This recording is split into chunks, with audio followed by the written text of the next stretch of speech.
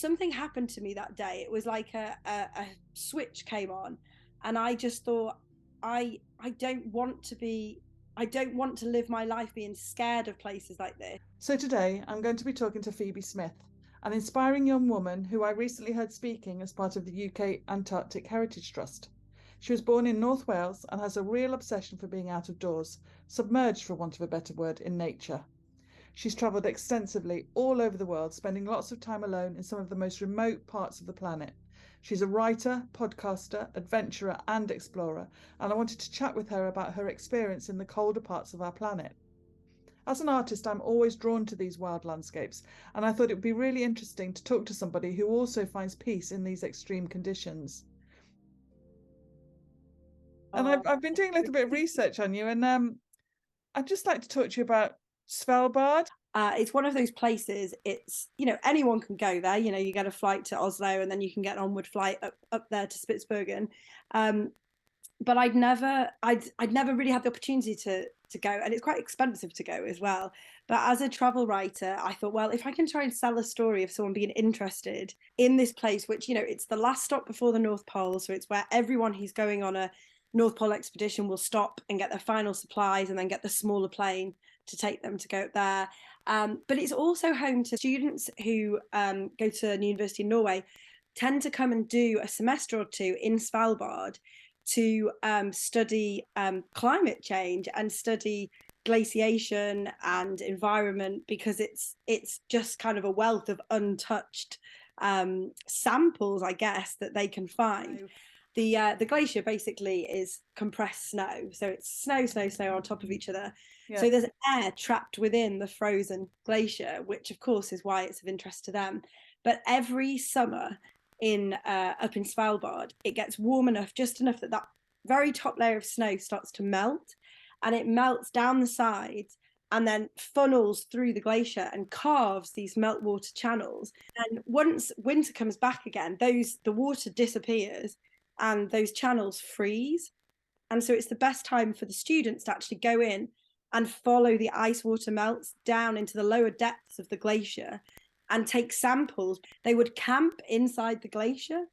And so I was like, well, I really want to go and do that. So I got together with a guy called Peter, who was from Iceland.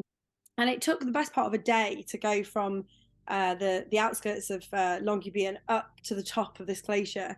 And then there's just basically a hole that looks, no bigger than an entrance to a tent in the floor, marked by a couple of poles and covered over by a piece of wood. And I remember going down, and it's really dark, and then you put your head torch on and turn around, and it's as if the walls are just sparkling. It's like there's diamonds everywhere. Wow.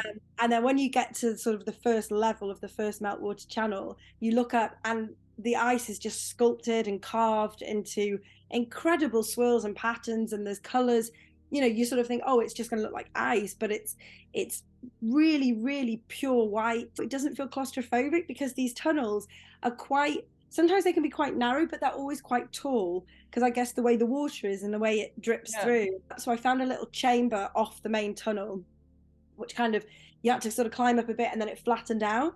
And I brought candles with me, so I put some of them behind some of the ice, and then it looks see-through. Then it looks like ice, because you have the light really sort of shining through it. And then Peter slept further up the tunnel, so that, because I wanted to experience what it was like by myself. And the funny thing was, obviously, so because you're out of the town, you have to have a gun and be polar bear safety trained, which I'm not, but Peter was, which is why I went with him. And I was like, will a polar bear get in? Like, is this a thing? And he was like, no, it's not happened before, it'll be fine.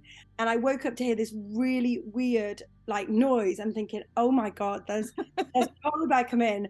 And what's the etiquette here? Like, do I leave Peter? Do I try and get the gun? Would I hurt myself because I don't know how to use the gun? And probably like 5 minutes, like thinking over all these scenarios. And then I finally realized that it was actually Peter snoring.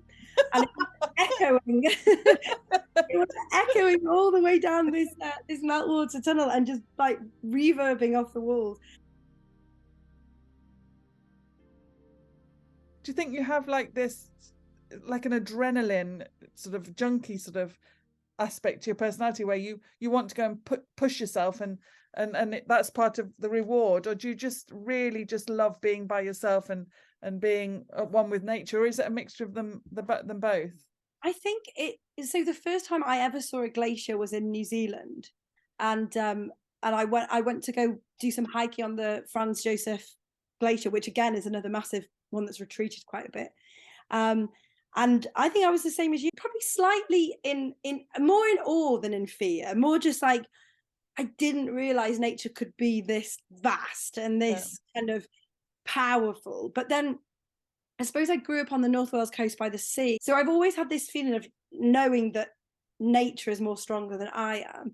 And I suppose I've just wanted to make my peace with that. I was a teenager when I lost my mum to cancer, and we scattered her ashes on Tryfan in North Wales. And something happened to me that day. It was like a switch came on, and I just thought, I don't want to live my life being scared of places like this. A lot of TV shows, in fact, most of the ones, and they're all fronted by men, are very much man versus nature, and how do we put it into our terms. Whereas I think, maybe it's a woman thing, but certainly myself, I don't go out to go, I'm going to prove myself against nature. I go out to try and find some kind of harmony with it, where it sort of transcends any fear and becomes almost like a partnership. I find when I'm out in these environments, I feel at my most free, really. So I do think it's reconnecting with something more primal.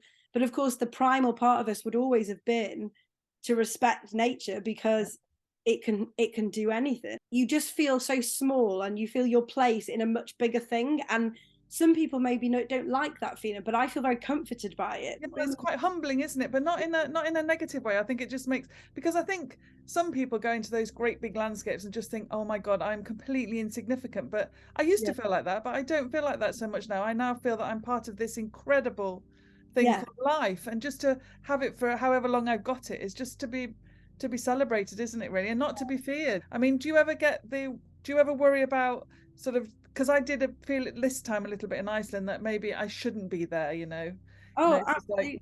And I think more so since lockdown coincided with having my little boy, going through lockdown and having that time to think and not travel changed all of us, I think, in a way. And then couple that with having a child and thinking, what am I leaving for him? Like suddenly I think it's that same humbling feeling of being part of something much bigger, and suddenly it's not about you, it's about the next generation, and actually the next generation, so it's this really difficult thing where you think, exactly like you said, should I still be going there? But yet I know what going to those kind of places did to me. What's the most incredible place, or your favorite place that you've ever been, that you found the most? I know it's a really tough question. Well, I'd say it is a toss-up between Antarctica and Greenland. I think Antarctica, for the reasons I said, that it is amazing. The wildlife comes so close to you and has this complete lack of fear, and you really feel you're totally outnumbered by wildlife, and there's something wonderful about that feeling. And the scale, like I said, the sheer scale of it, just, you look at a mountain disappearing off into the clouds covered with these giant glaciers, and you're like, God, anywhere else people would be here all the time, but because it's so remote, it's kind of stayed this pristine. And sometimes you can go on a landing and think, I may very well have been the first person to put a boot step here. There's nowhere else really where you get that. I think Greenland for me was a place where from the ice cap to the ocean, I walked on a trail they call the Arctic Circle Trail. It was just one of the most incredible experiences I've ever had. And, I've done solo stuff all over the world, but the silence, the sheer quietness, you could hear the quiet, it was that's what I love about Iceland as well. You just you can taste it, can't you? It's just like, you don't even get that weird electrical buzz that you get in your ears when you're at home with all the Wi-Fi. It's just completely quiet. It's just incredible. There was just something about like lying in my tent one night. It was a really cold night, it was raining, and I was like sort of cocooned in my sleeping bag, and I just thought, you know what? I wouldn't want to be anywhere else. But I just felt so much, like I said, like I just kind of slotted into my part in the world. Like you said, there was a tiny bit of your mind that's probably like a 5% that's really scary, but then the rest of it just being in love with it, being in love with that situation, and feeling like, actually, even if no one ever found me again, like this feels where I belong to be, and I feel like part of something else, and everything else feels very, very insignificant.